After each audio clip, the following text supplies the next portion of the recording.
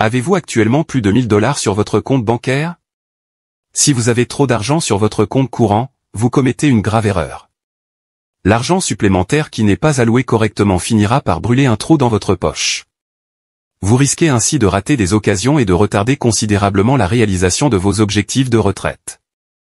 En règle générale, l'idéal est de conserver 1 à 2 mois de dépenses sur votre compte courant. Au-delà, vous risquez d'être confronté à des problèmes.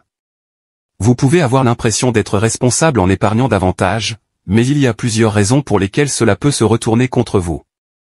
Nous allons explorer cette façon intelligente d'utiliser cet argent supplémentaire, pour vous assurer que vous êtes sur la bonne voie.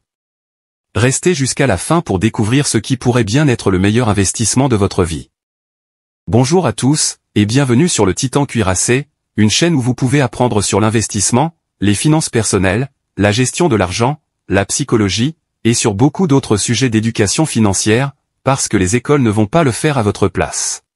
Si l'un de ces sujets vous intéresse, ou si vous voulez apprendre à mieux gérer votre argent, et à jouir d'une plus grande liberté financière, n'hésitez pas à vous abonner, à me laisser un like, et à activer la cloche des notifications pour être averti chaque fois que je publierai une nouvelle vidéo. Sans plus tarder, plongeons dans le vif du sujet. Numéro 7. Éliminez les dettes. Retirer de l'argent de votre compte courant pour l'affecter au remboursement de vos dettes peut vous mettre mal à l'aise. Vous avez souvent l'impression de dépenser parce que vous n'avez plus le contrôle de ces fonds. Il est beaucoup plus agréable de voir 5000 $ sur votre compte que de voir le solde de votre prêt hypothécaire diminuer du même montant. Vous pouvez hésiter à le faire, mais le fait d'appliquer l'argent supplémentaire directement au capital de votre prêt, peut vous aider à vous libérer de vos dettes plus rapidement. Une fois vos prêts entièrement remboursés, vous ne regretterez pas d'avoir laissé cet argent sur votre compte tout en continuant à payer des intérêts aux prêteurs.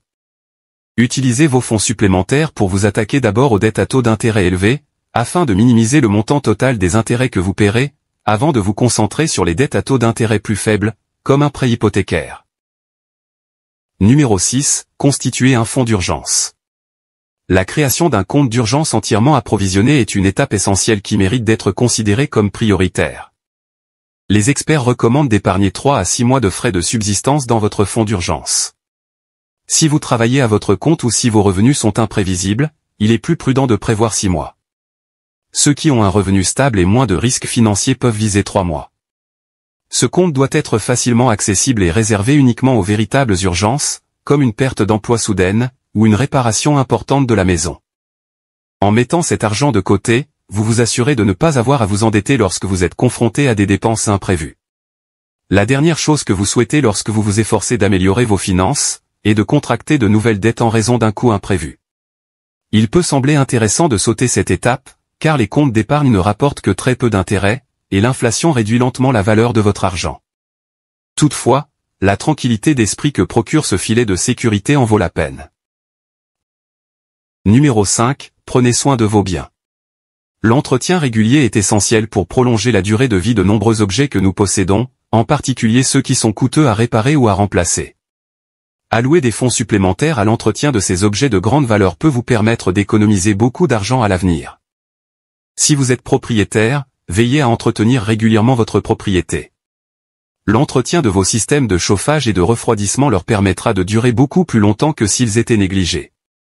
Maintenez votre véhicule en bon état en effectuant un entretien régulier qui prolongera sa durée de vie. Vous seriez étonné de voir à quel point une voiture peut durer longtemps lorsqu'elle est bien entretenue. Cela permet non seulement d'assurer son bon fonctionnement, mais aussi d'éviter l'achat d'une nouvelle voiture tous les 2 ans, ce qui évite un cycle de paiement de voiture et de primes d'assurance élevées. Numéro 4. Investissez. Une fois que vous avez accumulé suffisamment d'économies sur votre compte bancaire, il est temps de commencer à investir pour faire fructifier cet argent. Plus tôt vous commencerez à investir dans des actifs qui s'apprécient, plus vite vous bénéficierez de l'effet de capitalisation, et vos investissements commenceront à faire boule de neige. Garder ces liquidités excédentaires au lieu de les investir peut vous faire passer à côté de gains financiers importants. Par exemple, si vous avez 5000 $ qui restent inutilisés sur votre compte courant, c'est une occasion manquée. En investissant cet argent dans un fonds S&P 500 avec un rendement moyen de 10%, il atteindrait au bout de 10 ans près de 13 000 $. Après 20 ans, ce montant passerait à plus de 33 000 $, et après 30 ans, il dépasserait 87 000 $. Même si 30 ans peuvent sembler une longue période, l'habitude de conserver des liquidités inutiles montre clairement combien d'argent potentiel vous pourriez perdre en n'investissant pas. Numéro 3. Investissez en vous-même. Bien que cela puisse paraître cliché, investir de l'argent dans votre développement personnel peut être l'une des décisions les plus importantes que vous prendrez jamais, et il ne faut pas la négliger. Il existe d'innombrables façons de le faire, et le choix dépend en fin de compte de ce qui vous convient le mieux. Quelle est la compétence que vous avez toujours voulu acquérir? Aimeriez-vous apprendre quelque chose qui pourrait augmenter votre potentiel de gain? Vous envisagez peut-être d'obtenir un diplôme universitaire pour commencer une nouvelle carrière, ou de parfaire votre formation pour accéder à un meilleur poste. L'acquisition d'une expertise en tant qu'investisseur pourrait vous apporter des rendements exponentiels dont vous continuerez à bénéficier tout au long de votre vie.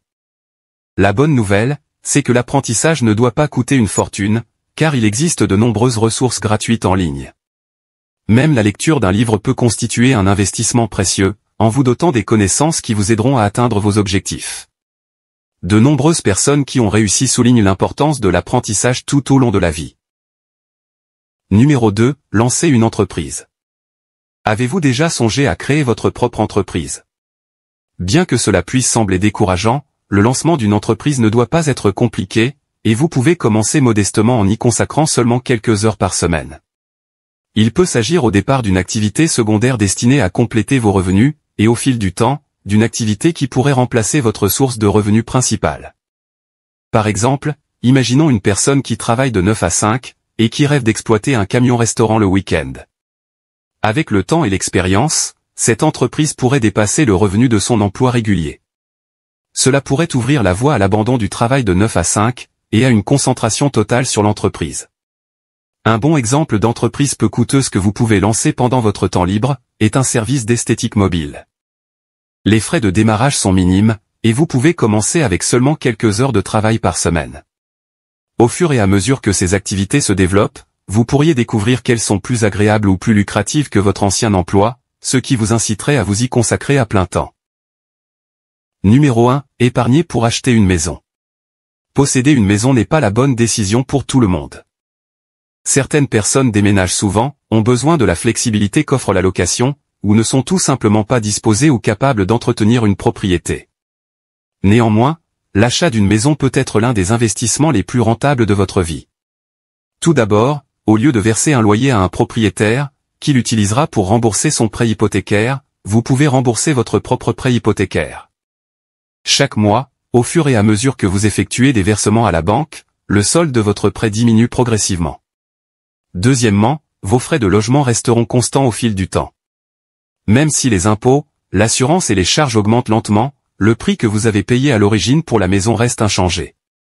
Avec un prêt hypothécaire à taux fixe, vous bénéficiez de paiements prévisibles chaque année, et ne craignez pas que votre propriétaire augmente le loyer au-delà de ce que vous pouvez vous permettre.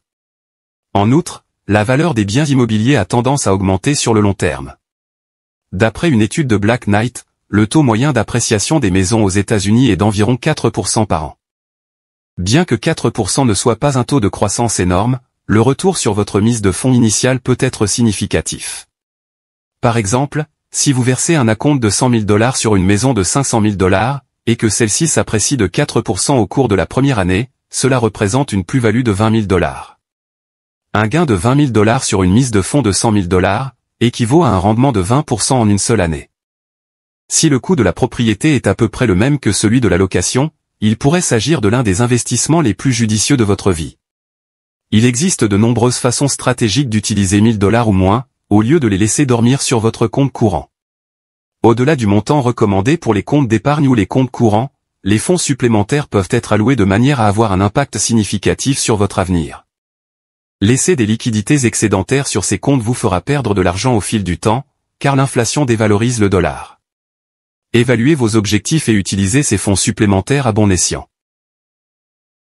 Voilà pour la vidéo d'aujourd'hui. J'espère que vous l'avez appréciée et qu'elle vous a apporté quelque chose. Si c'est le cas, n'hésitez pas à vous abonner, à me laisser un like, et à activer la cloche des notifications pour être averti chaque fois que je publierai une nouvelle vidéo, car j'en ai beaucoup d'autres de ce genre à venir prochainement, ainsi que des résumés de livres, et d'autres choses amusantes. Merci d'avoir regardé, et passez une bonne journée.